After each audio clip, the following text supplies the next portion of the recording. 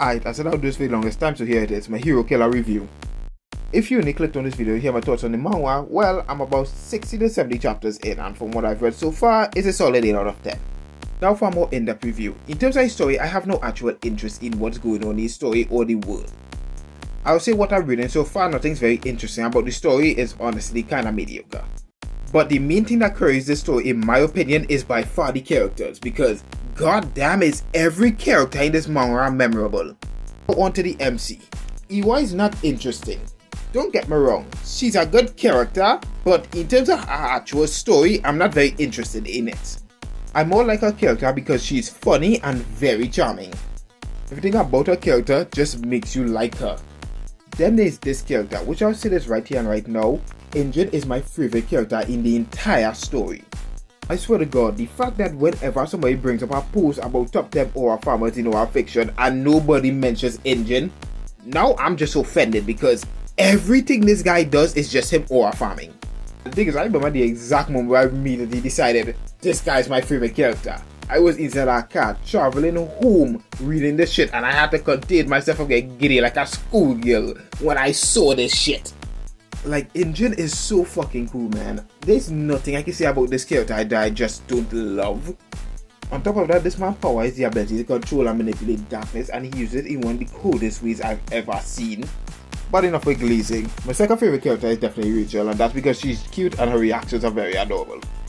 Victor as the comic release character, I'm genuinely surprised he isn't annoying, because usually when they have a comic release character, he has just been the most irritating one in the bunch. But no, he's genuinely funny, and they keep holding him every chance they get. Like, they're just dicks to this man for no reason whatsoever.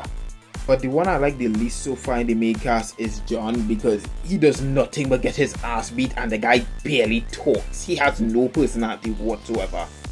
I won't lie though, this joke had me rolling. Now let's talk about the power system. One thing I really like about the power system is that they went in depth on this small little bit of information on the fact that if you are gifted or have a gift, which is what they call the superpowers, you have naturally high limiters compared to a human. A good example of this is the fact that John's powers seem to be more on the physical side, more physical strength and all that type of stuff. But it doesn't mean that you wouldn't be able to overpower someone who has a physical type gift like John. A good example of this is our main character Iwa, because she trains so hard that she can actually physically overpower physical types like Bare Knuckle. Another small bit of information we learn is that they naturally have longer lifespans. This guy is actually over 100 years old. Actually, a majority of the more veteran heroes we see is actually pretty old. But in terms of how the power system actually works, it's just a lottery based system, which I can give it points for not being My Hero Academia bad, but you don't have a chance of turning into a human spray bottle. And trust me, some of these powers are really cool. And the way you power and activate these powers is basically through essence, which is just a stamina bar. But our main character Iwa's ability is the ability to steal other people's powers who she kills. She also gains one-time use versions of her power, if she sees it once but doesn't kill the person. There's quite a wide verse of powers in the series, like giving you something like a nightmare dimension, darkness, copy. I genuinely have no idea what this is, to even creating constructs out of light. But you get the point, there's a wide verse of powers. One thing I don't like about the powers is how you make it your own. By tying a certain emotion to a certain power, you can make it your own, which is just making the power stronger. One of the main reasons why I have a problem with this is because I'm more partial to creativity over absurd power. The reason why I like Injun so much is because he's very creative with his abilities, from making a sword, to construct your own Assyrian nightmares, to giving himself the ability of flight. I would more be partial to seeing Iwa make the power stronger by using it in unique ways instead of just using it for absurd power. Like, I would like to see her use Jace's abilities in some way similar to what Makoto Misaka does with her abilities.